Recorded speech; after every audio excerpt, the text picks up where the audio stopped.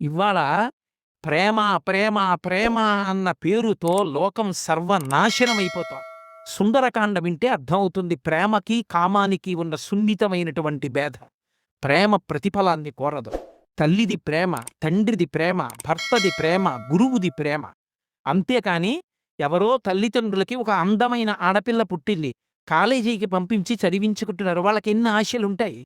ఓ ఉత్తముడైన వాడికిచ్చి పెళ్లి చెయ్యాలని, తన కూతురు సుఖపడాలని వాడు కోరుకోడా? ఆమె అందంగా ఉందని నువ్వు ప్రేమించేశావా? ఆమె నీకు తప్ప ఇతరులకు దొరకకూడదని యాసిడ్ పోశావా? సంస్కార హీనత్వం వల్ల కదిదొచ్చింది.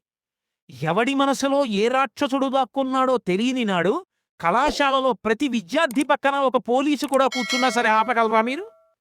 సంస్కారం అంకురించిన నాడు ఇటువంటి దోషాలు రావు. రామాయణం పాఠ్యాంశాల్లోంచి ఎప్పుడు తీసివేయబడిందో, రామాయణ ప్రబోధం ఎప్పుడు పోయిందో, ఇంట్లో రామాయణ పుస్తకాలుండడం ఎప్పుడు తగ్గిపోయిందో, తల్లిదండ్రులు రామాయణం గురించి బిడ్డలతో మాట్లాడటం ఎప్పుడు పోయిందో, అప్పుడు ఇటువంటి విపరీతాలన్నీ